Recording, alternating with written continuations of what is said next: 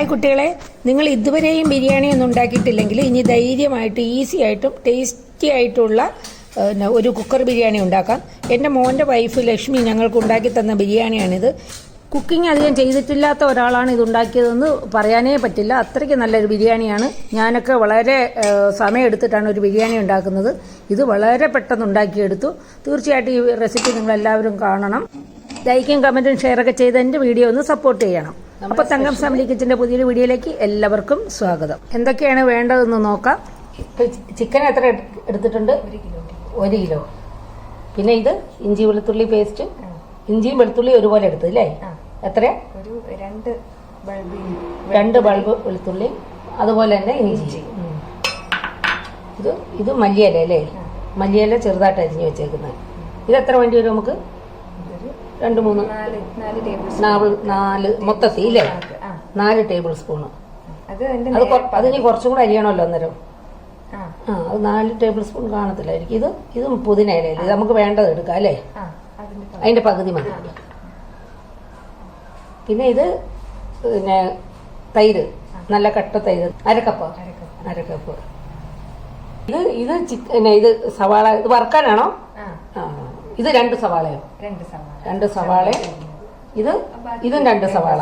ഇത് കറിക്കുള്ള അല്ലേ? വഴട്ടാനാ?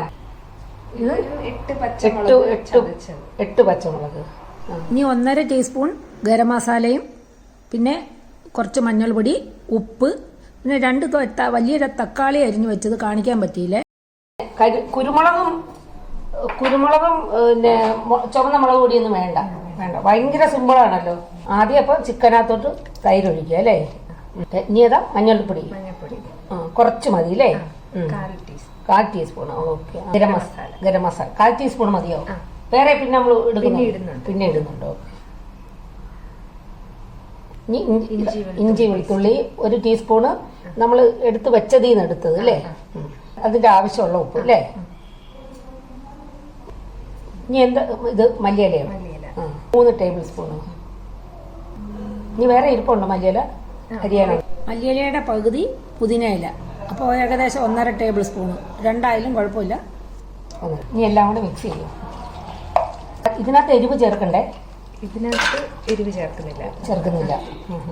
ഇത് എത്ര സമയം വെച്ചേക്കണം? ഇതൊരു അരമണിക്കൂറെങ്കിലും റെസ്റ്റ് ചെയ്യണം. ഇനി അരി എടുക്കണ്ടേ? അരി എടുത്ത് ഇതിപ്പോ എത്ര അരിയുണ്ട്? ഒരു ഏകദേശം ഒരു 1/2 കിലോ അരി. ഇതേതാ? കൈമയോ? കൈമ. ചെറിയ അരിയാണ്. കുതിരാൻ വെക്കണോ? വേണ്ട. നല്ല രീതിയിൽ കഴുകി ഒന്ന് വെള്ളം തോരാൻ. കുക്കറിലാണ് ഉണ്ടാക്കുന്നത്. അപ്പോൾ കുക്കർ ചൂടാക്കാൻ വെക്കാം. കുറച്ച് എണ്ണ മതിയെന്ന് തോന്നുന്നല്ലോ. 2 ടേബിൾ സ്പൂൺ വെളിച്ചെണ്ണയാണ് എടുത്ത്. ഈ 3 ടേബിൾ സ്പൂൺ നെയ്യ്.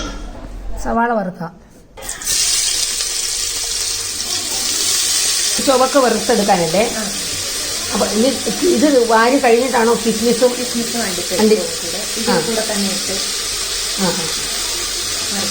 ഈ കുക്കറിൽ തന്നെ നമ്മൾ വെക്കുന്നത് അല്ലേ? സവാള വറുത്ത് കഴിഞ്ഞ് ഇനി കിസ്മിസ് വണ്ടിപ്പരിപ്പ് എല്ലാം വറുത്തെടുത്തിട്ടുണ്ട്. ഇത് മാറ്റി വയ്ക്കാം.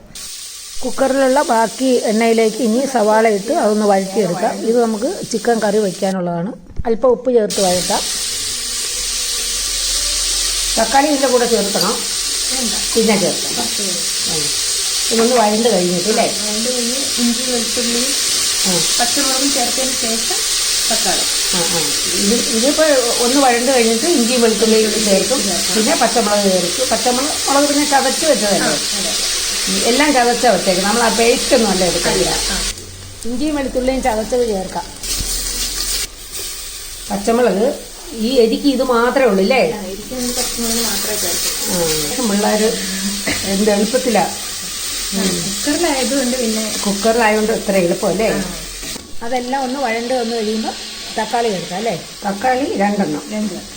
ഇത് ഈ തക്കാളി വെന്തുടയണോ? തക്കാളി വെന്തുടയണ്ട. വേണ്ട. ചെറുതായിട്ടൊന്ന് വഴറ്റി കഴിഞ്ഞിട്ട് നമുക്ക് മാറ്റി വെച്ചിരിക്കുന്ന ചിക്കൻ ചേർക്കാം. വേണ്ട.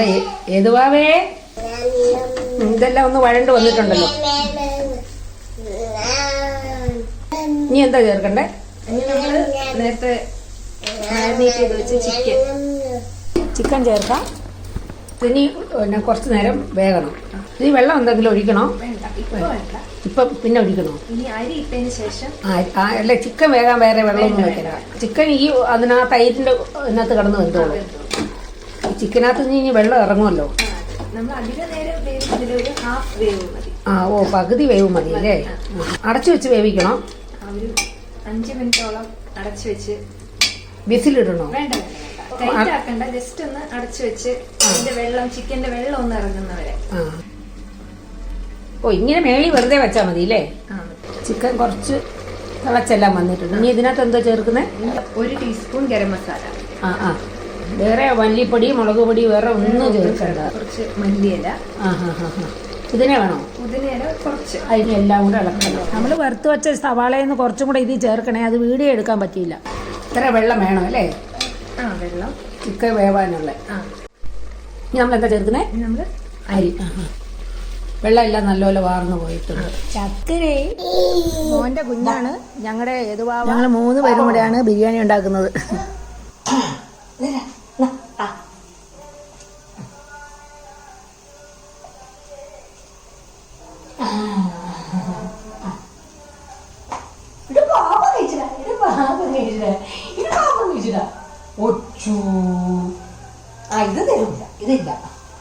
ഇത് എല്ലാം കൂടെ മിക്സ് ചെയ്യത്തില്ലേ? ഇല്ല. എന്നെ കാണിക്കുന്നേ.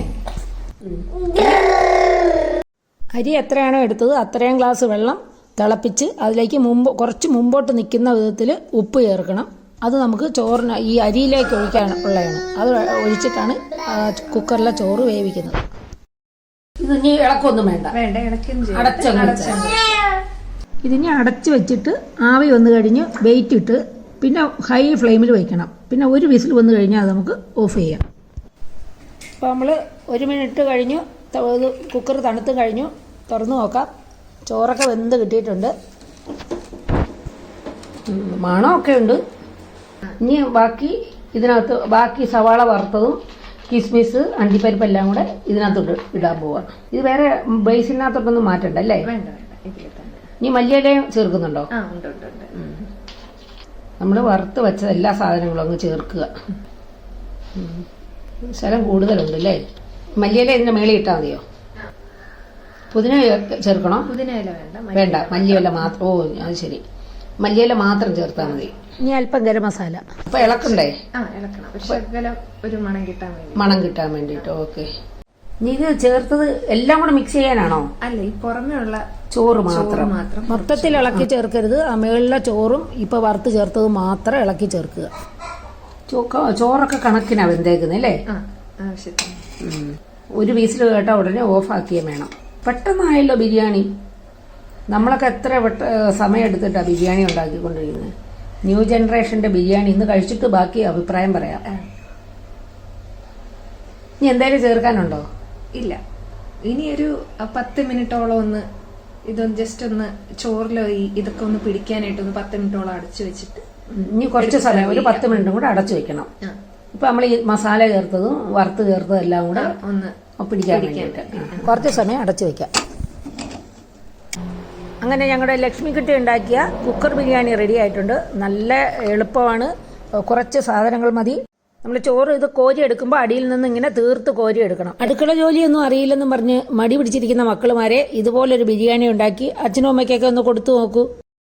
നല്ല അടിപൊളി സലാഡാണ്. New gen salad. ഇതിനകത്ത് ക്യാരറ്റ്, ഇഞ്ചി, സവാള, മല്ലിയില അല്ലേ, വെള്ളരിക്ക, അല്ല പിന്നെ വേറെ എന്തെങ്കിലും സ്പെഷ്യലായിട്ട് ചേർത്തിട്ടുണ്ടോ? ഇല്ല. ഉപ്പ്. ഇതിന്റെ കമന്റ് ഞാൻ കഴിച്ചു നോക്കിയിട്ട് പറയാം. ഇനി കഴിച്ചതിന് ശേഷമുള്ള കമന്റ് പറയാം. അല്പം ഉപ്പ് കുറവായിരുന്നു. എരിവ് കൂടുതൽ വേണമെങ്കിൽ ചേർക്കണം. ഞാൻ സാധാരണ ഉണ്ടാക്കുന്നതിന്റെ അത്രയും സ്പൈസി ആയിരുന്നില്ല. പക്ഷേ മൊത്തത്തിൽ നല്ല ബിരിയാണി ആയിരുന്നു. എല്ലാവർക്കും ഇഷ്ടപ്പെട്ടു. തീർച്ചയായിട്ടും നിങ്ങൾക്കും ഉണ്ടാക്കാം. ഈ റെസിപ്പി നിങ്ങൾക്ക് എല്ലാവർക്കും ഇഷ്ടപ്പെട്ടെന്ന് കരുതുന്നു. മറ്റൊരു റെസിപ്പിയുമായി വരുന്നവരെ stay healthy and happy. Thank you.